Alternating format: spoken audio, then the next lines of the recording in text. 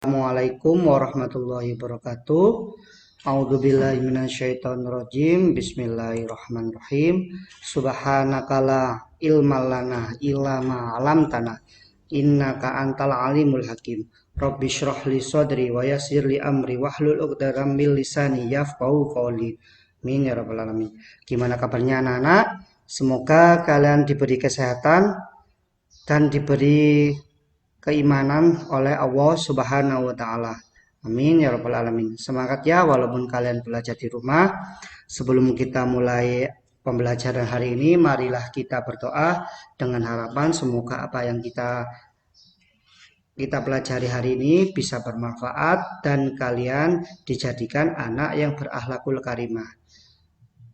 Lakukan khusyuk agar dijabai oleh Allah. Berdoa mulai.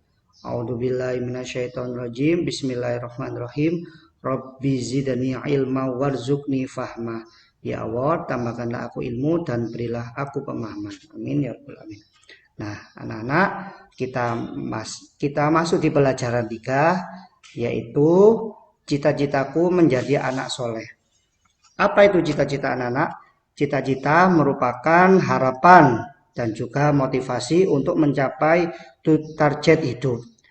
Cita-cita adalah impian yang tidak harus terwujud, tetapi kamu harus punya cita-cita. Anak soleh adalah anak yang taat dan bersungguh-sungguh dalam menjalankan ibadah. Nah, indikator penyampaian kompetensi peserta didik harus mampu meyakini bahwa perilaku jujur sebagai cerminan dari iman.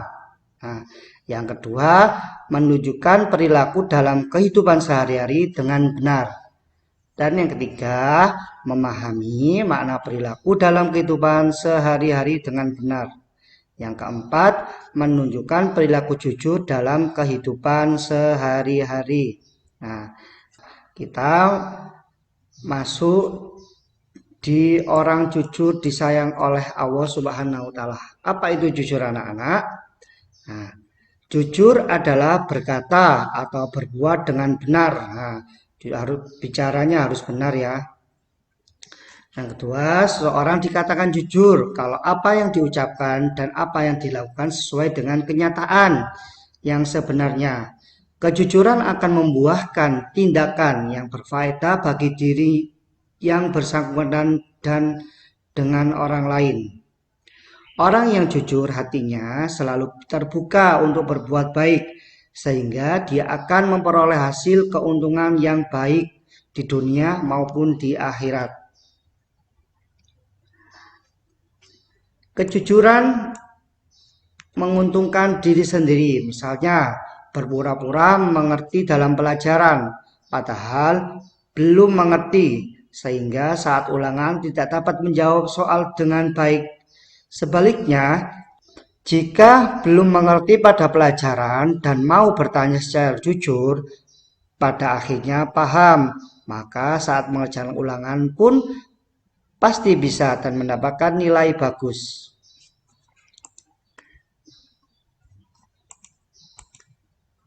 Nah, yang kedua, contohnya yaitu sopir yang tidak dapat menyetor uang taksi dikarenakan habis untuk pribadi.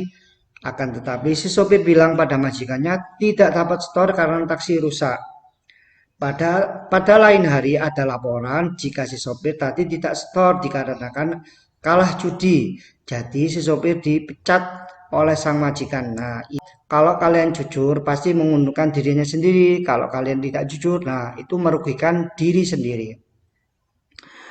Dalam menanamkan kejujuran, kita harus membiasakan diri dan mempraktekkan dalam bentuk-bentuk sebagai berikut. Yang pertama, jujur dalam berjanji. Nah, jujur dalam berjanji yaitu kejujuran amat penting ketika seorang berjanji kepada orang lain. Nah, jujur dalam berjanji ialah menepati janji yang sudah diberikan kepada orang lain. Menepati janji adalah suatu kewajiban. Nah, ini harus jujur sangat penting ya. Yang kedua yaitu jujur dalam bercerita. Contohnya, bila ada orang tua menceritakan sesuatu pada masa lalu, hendaklah cerita yang disampaikan itu benar, bukan dongeng, bukan mengadang-adang, apalagi memutarbalikkan fakta. Yang ketiga, jujur pinjam meminjam. Contohnya, apabila kita meminjam piring atau gunting tetangga, hendaknya mengembalikan barang tersebut tanpa menukar dengan barang lain. Orang yang jujur disenangi dan diterima ucapannya oleh masyarakat. Nah, kepada siapakah kita harus jujur? Pertama, yaitu jujur kepada Allah Subhanahu wa Ta'ala. Ini sangat penting. Ciri-cirinya menaati perintah Allah Subhanahu wa Ta'ala dan menjauhi larangannya. Nah, menaati, taat harus kepada Allah perintahnya. Apa perintah Allah? Yaitu sholat, ya, dan menjauhi larangannya yang dilarang oleh Allah, entah itu minum-minuman keras dan lainnya. Di mana saja dan kapan saja, baik dalam keadaan senang atau susah, ramai atau sepi. Yang kedua, jujur kepada diri sendiri. Ciri-cirinya bersikap dan bertingkah laku sesuai bimbingan hati. Nah, jujur ya dalam hati. Yang ketiga, jujur terhadap orang lain. Ciri-cirinya menghargai orang lain dan menepati janji.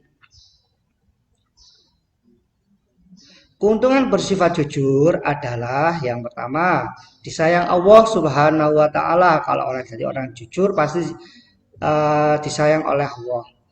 Yang kedua yaitu disayang bapak dan ibu guru. Yang ketiga disayang orang tua. Yang keempat disayang kakak dan adik. Yang kelima disayangi oleh teman. Yang keenam dicintai Allah Subhanahu wa Ta'ala. Jadi yang perlu diingat adalah yang pertama, jujur adalah mengatakan dan melakukan yang sebenarnya, tidak ditambah dan tidak dikurangi. Yang kedua, kita harus jujur karena kejujuran itu menunjukkan kebaikan dan kebaikan itu dapat menunjukkan ke surga. Orang yang jujur tentu disayang Allah, orang tua, dan banyak teman. Orang yang jujur akan bahagia di dunia dan akhirat. Yang ketiga, kebohongan menuju dosa. Sedang dosa menuju jalan ke neraka. Berlomba-lombalah dalam kejujuran, berlomba-lombalah dalam kebaikan. Yang keempat yaitu kita tidak boleh bohong atau dusta kepada siapa saja. Bohong itu dilarang Allah. Orang yang bohong akan sengsara di dunia dan di akhirat dimasukkan neraka.